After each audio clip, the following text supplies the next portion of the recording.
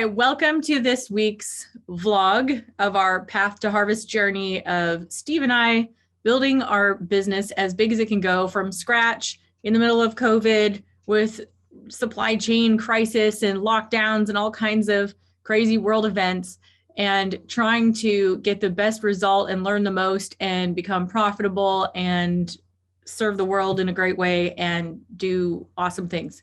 This is our vlog where we're capturing the moments of what we've been doing, how we feel right now in this moment of what happened since we recorded last, headlines of anything significant we worked on, and then lessons learned. So we try to go into some detail about those lessons learned so that other people can benefit.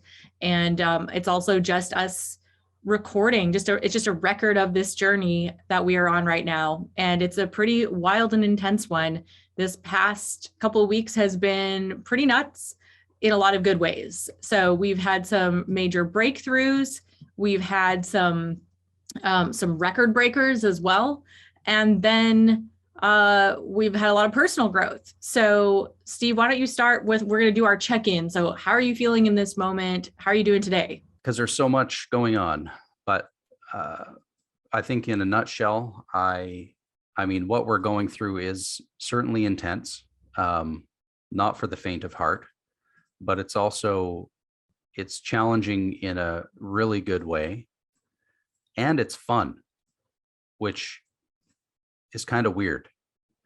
But I think it's fun because along the way, there's a lot of moments where you can kind of capture the little mini successes, milestones, and it's just rewarding to see things improving, even if it's not on a grand scale. Although we do probably have some headlines for some pretty good milestones that we've hit recently, so we'll save that. But yeah, that's kind of where I'm at. It's certainly overwhelming, but it's also fun, challenging.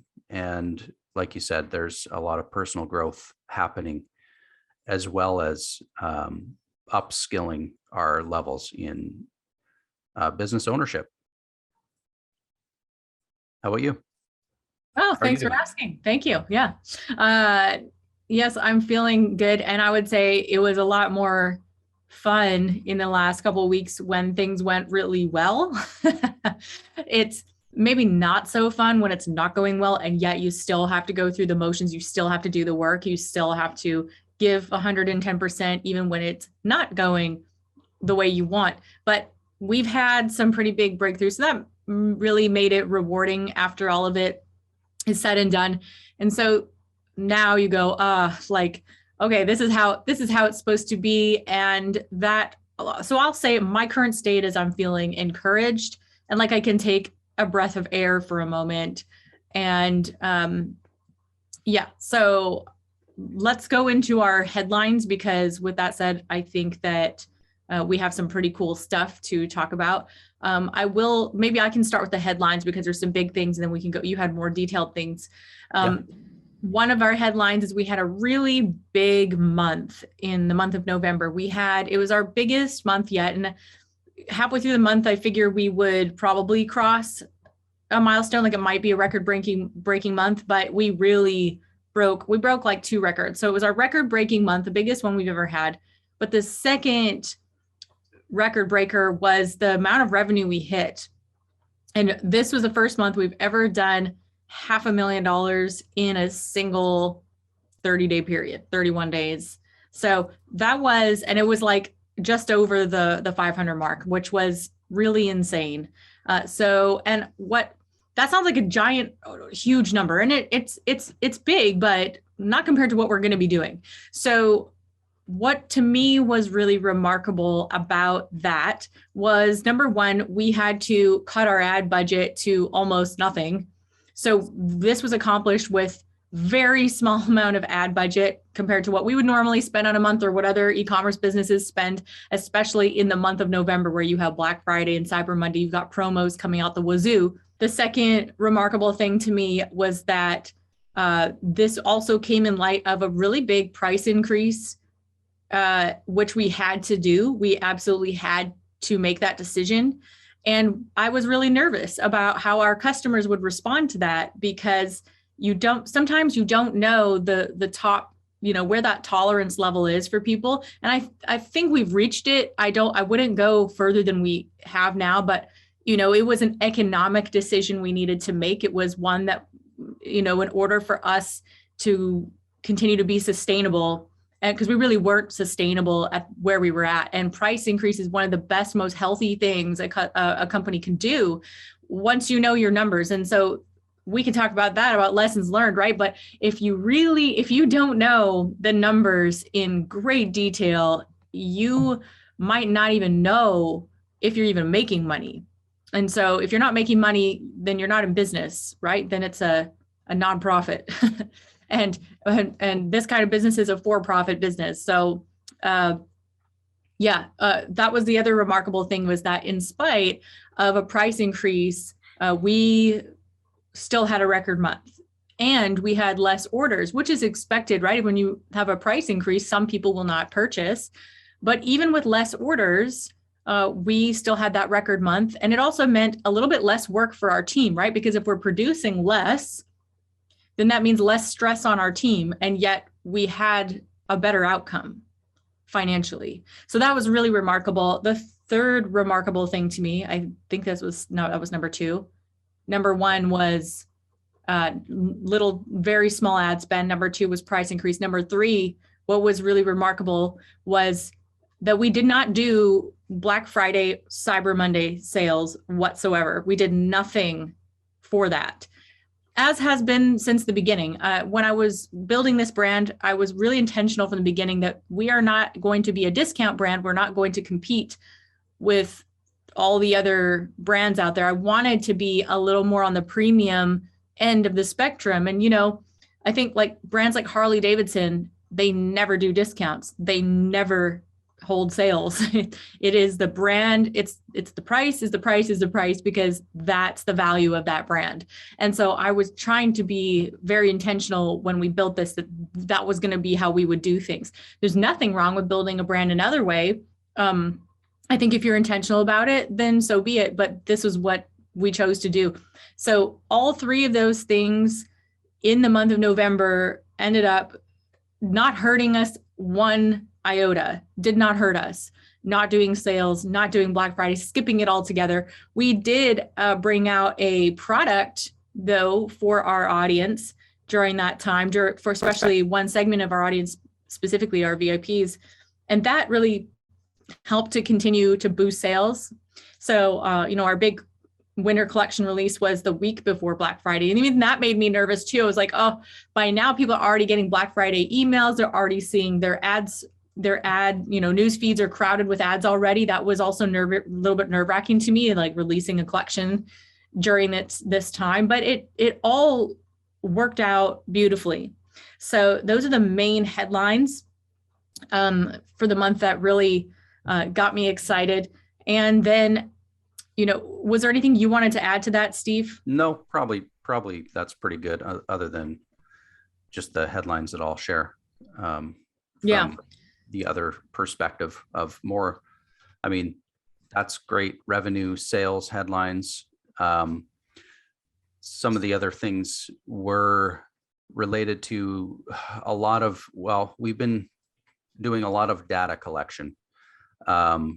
And a lot of refining on what data that we need to be looking at and assessing, how to gather the correct data, which is, usually it's numbers, right? Numbers of something, numbers of units or numbers of revenue in some form or another, profit, whatever it is. But so the data side of what we were doing really led to a informed decision on what the price increase would be. So a lot of behind the scenes work went into making that decision. It wasn't just a willy-nilly, well, we know we are not profitable where we are, so we have to increase the price, therefore let's just bump it up by X. It was driven by data and information. So that's important. It was more scientific than that. So yeah.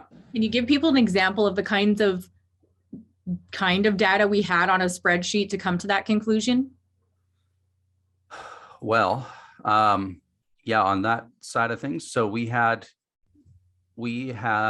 a typical P&L, so profit and loss statement for our business on actually I think it was a 6 to 12 month trend line, and separated by the month.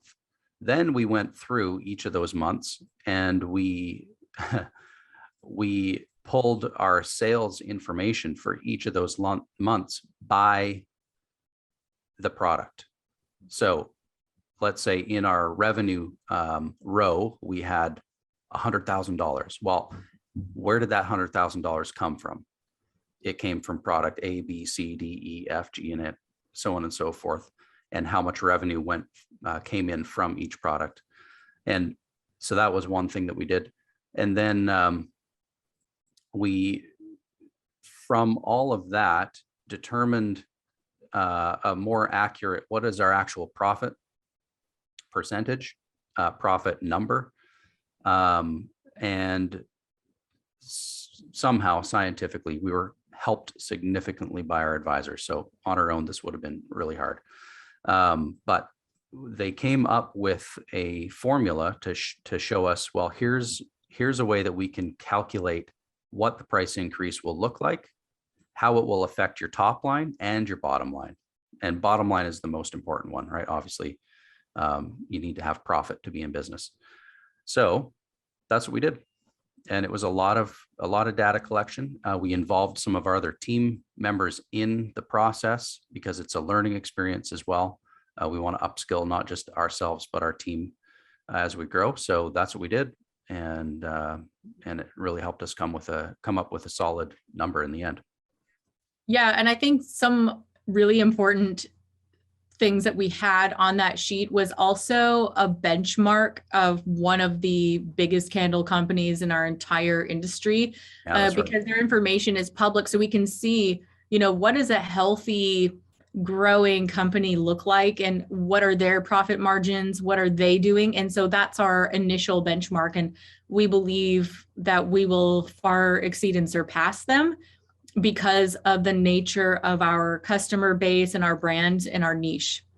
However, right, this other brand, they are competing on price. They are competing with Walmart. So we're able to do even better things because we're not even trying to fish in the same pond at all. We are in a completely different pond.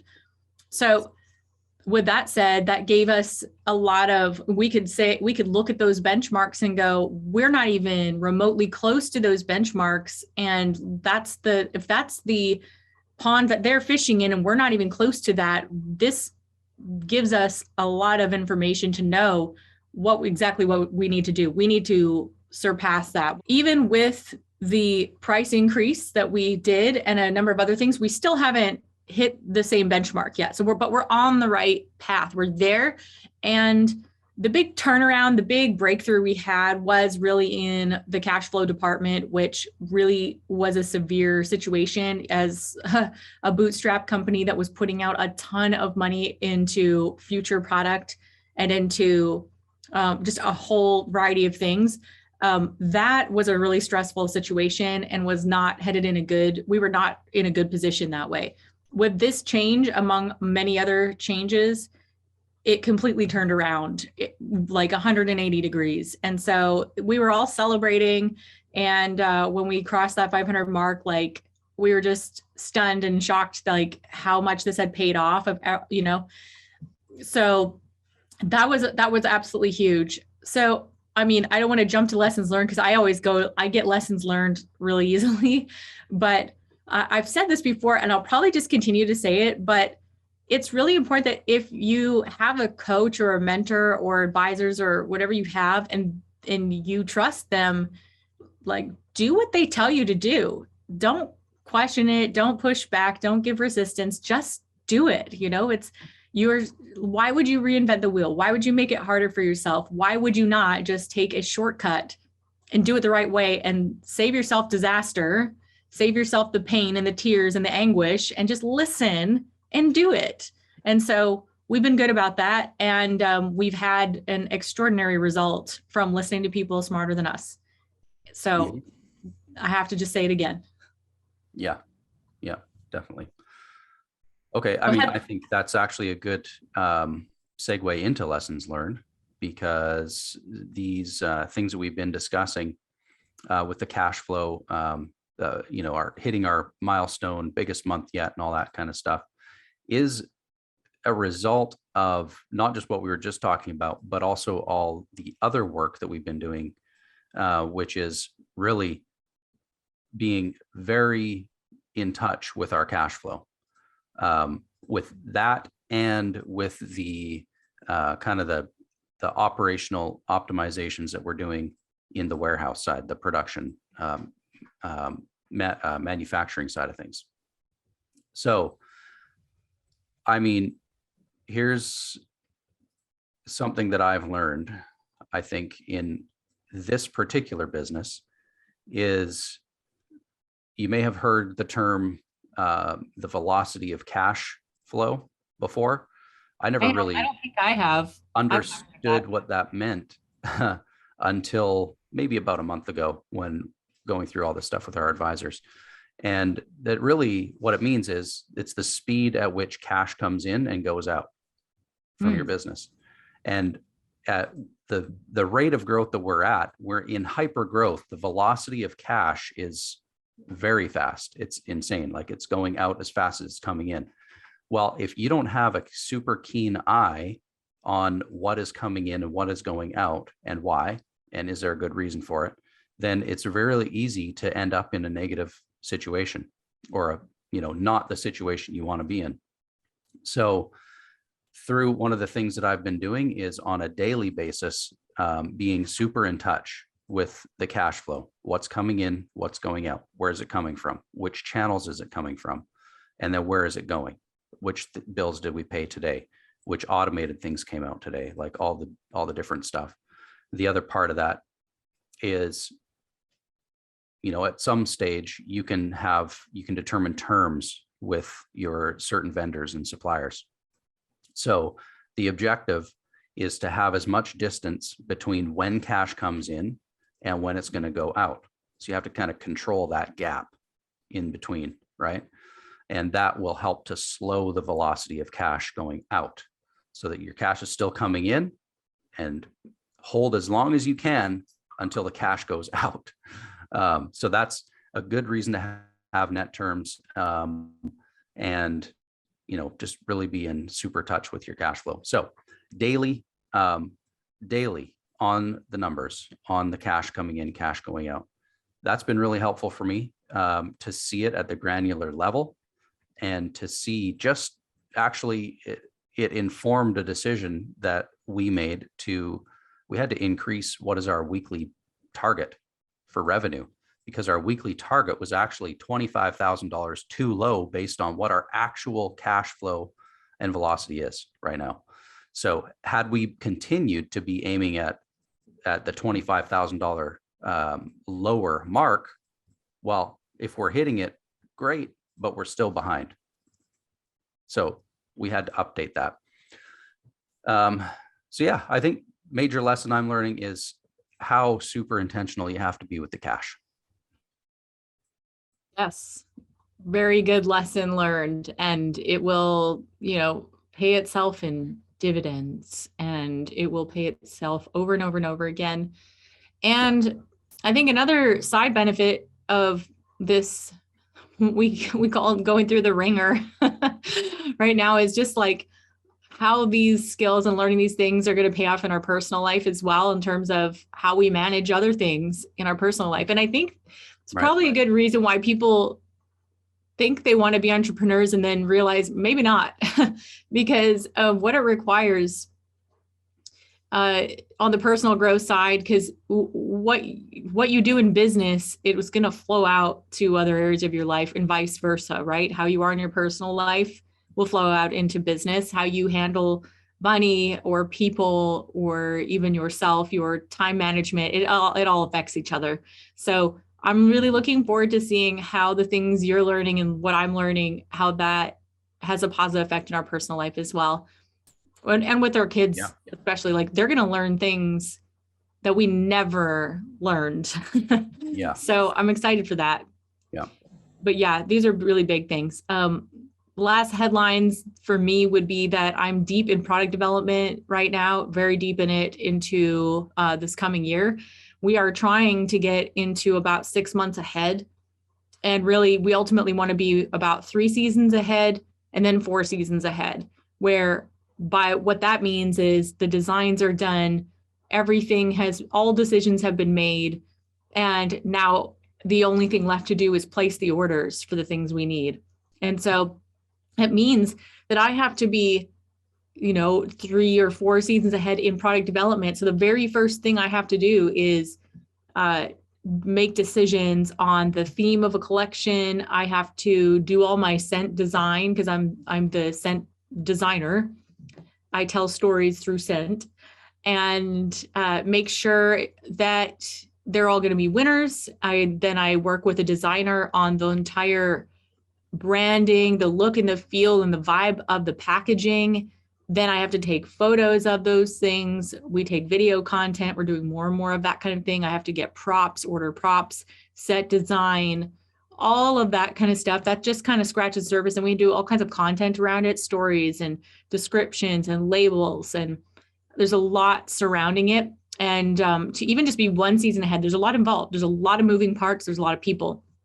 So working toward getting several seasons ahead is my ultimate goal. And I'm getting very excited also about really launching our focus group, which is definitely going to happen. And I put the feelers out this week also to we have an active Facebook community in our business for our customers.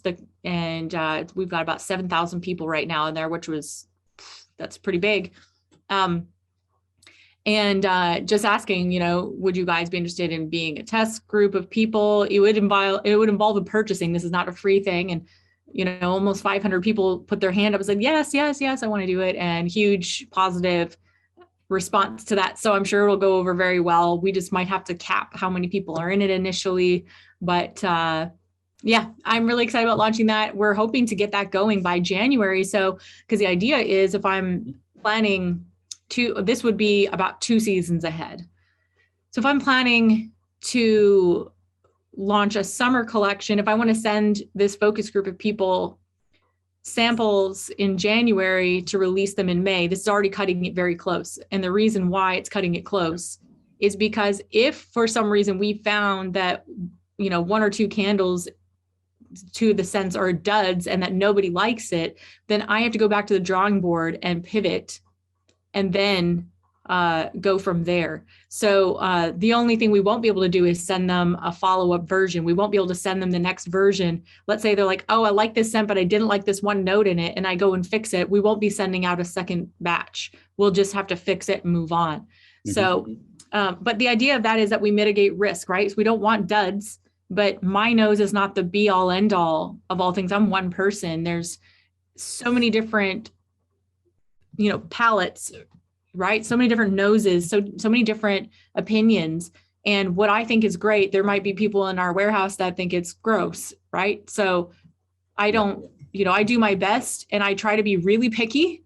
And then after that, I can't control that. So getting more data from our crowd and our customers is going to be extremely useful for us in marketing and production, because we'll know, oh, these 2 are going to be the top 2 sellers. We can order more boxes of that one. And it'll just give us a lot of useful information that we can use. So yeah, those are my top headlines and lessons learned. And just, I hope people can take away with this, like, to even just be intentional with what kind of brand you are building. If you got to know which pond you want to play in, right? Are you going to compete on price, which I don't think any business or marketing coach would ever recommend. Never compete on price. Someone can always come around the corner and undercut you. They can always lower their prices. So that should not be your unique selling proposition. Your unique selling proposition should be so strong that it wouldn't matter what price it is, that there's other value there.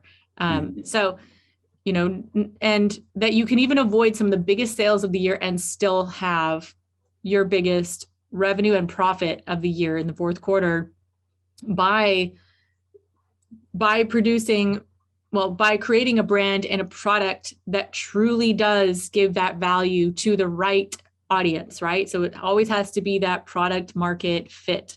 You could have a great product, but if you don't have the right market, it's not not going to work, and vice versa, right? You could have this great audience, but you don't have the right product for them. They don't see the value in it, then they're not going to buy. So, those are all big lessons on the high level. And there's so much, you can unpack that. There's entire books and courses and stuff all on those things. Yeah, definitely. Cool. Well, I think that wraps it up for this week. Yes, it does. So short and sweet stuff. Yeah. Leave us a comment if you enjoyed this and if you have any questions about anything we mentioned. And we'll try and get more specific as we go on, because I know sometimes we mention things fairly broadly and then we move on. So while this is not necessarily a teaching series, this is more of a documentation for Steve and I, we'll keep in mind, or I'll write some blog posts. I have a blog on leahmchenry.com on some of the questions that you ask. That will be a good way. And I also do videos and things like that on my Instagram where I can answer questions in that format. So thank you for watching. Definitely subscribe. Send to an entrepreneur who needs some encouragement and wants to learn from some people who keep it real. And that's a wrap. Thanks, guys. Bye.